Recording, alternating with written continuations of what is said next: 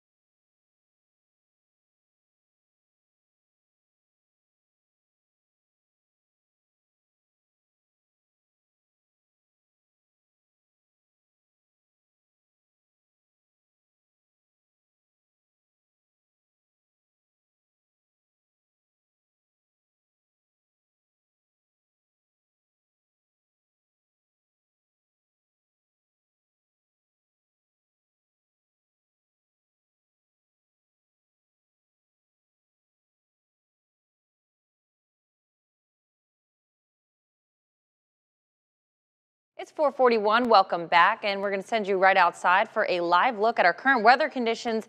Right now, it looks a little bit different than it did this morning. A lot less rain. Skies may be looking a little bit lighter. I can hear my feedback on here because it's Wednesday, and that means plant and garden expert Craig Hignight is joining us live to answer all of your burning questions. Good morning, Craig. Good morning. May I comment? Yes. Okay. I'm done. Let's go. That was Oh perfect. my goodness. Yeah, I could hear myself talking through my phone. That totally threw me off. A delay. All right, well, now it's time to get your questions. So we have a question from Virginia. It says, is it okay to trim back a burning bush now? It can be trimmed lightly now. I don't think I've seen any of them leafing out. Just remember that, you never want to take more than a third of the height in any one pruning. So go ahead and go for it. Chad is asking about roses. Move them now or wait till the fall?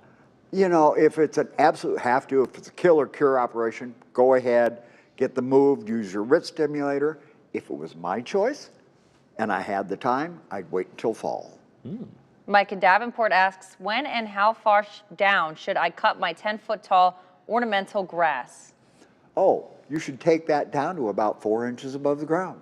And I've seen so much grass around the Quad Cities that has not been cut back yet, and you need to get it done before that new growth starts, or you cut the tops off that new growth, and you've got all those flat tops on your blades all summer.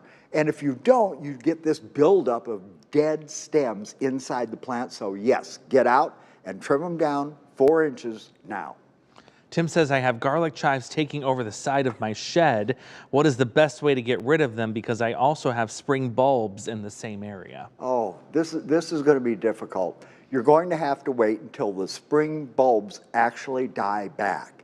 And then you're going to go in with a broad spectrum weed killer like glyphosate, and you're going to definitely have to use a spreader sticker because chives, it sheds water. The stems don't hold water on the outside at all, so you definitely have to use a spreader sticker on a plant like chives. Okay, Rick is saying, I cleared my asparagus last year with weed whacker, covered it with newspaper, and then mulched it, per your advice. Weeds were not an issue last year, but when I cleaned it off to do it again, now I have a lot of roots above the dirt. Do I just repeat the process, or did things go astray on me? I didn't know what that word was. The important thing with that newspaper and mulch is to keep the weeds and grass out of the bed. You're going to put the newspaper and mulch right back, so it makes no difference to the asparagus at all.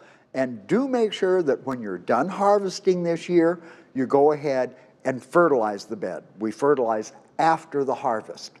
From Robert, how do I cut back on the spread of my lily of the valley? All you can do is take a spade and just cut around the edge of it. I know a lot of people that would love to have that lily of the valley, but really physically removing it is about the only way to do it. I do not suggest using chemicals in a situation like this. It's all manual labor. All right, well, we're going to go to commercial, but make sure you're still sending all of your questions into our Facebook page right now. It's live and ready for all of your questions.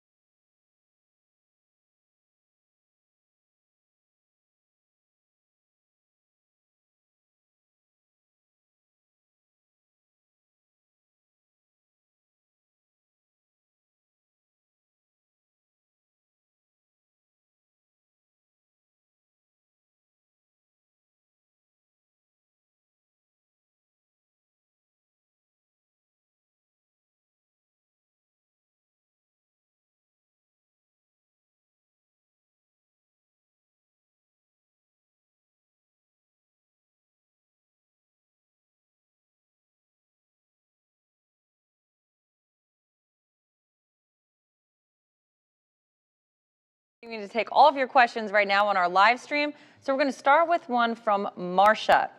When should I trim my butterfly bushes?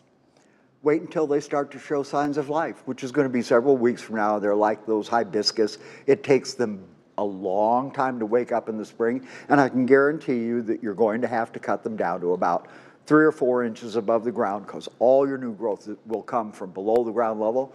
No pruning till you see the new growth. From Sharon, can you plant different kinds of strawberries in the same bed?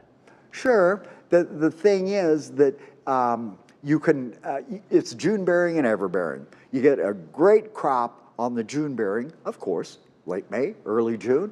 The ever bearing goes on for the rest of the season. It really gets to be an issue when you have to renovate the bed and you're removing most of the plants. If one of the plants has kind of taken over, maybe you'll end up with a bed that's all June bearing or all ever bearing. So I would segregate them in the bed. Mary wants to know, how do I care for a staghorn fern? Oh, staghorn ferns, they want bright indirect light, high humidity. Definitely run a humidifier during the winter. Does not hurt to get in there and mist them every day, and make sure that you don't let that sphagnum moss that they're probably growing in get too dry. From Cindy, my rhubarb is up. Can I transplant it to another location?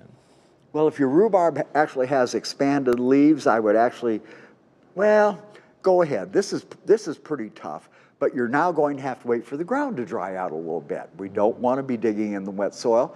Make sure that you go ahead and lift it with a nice clump of roots. And of course, use that root stimulator when you put it back in the ground. You might even go ahead and harvest some of that early rhubarb to take the pressure off the root system when you do your transplanting.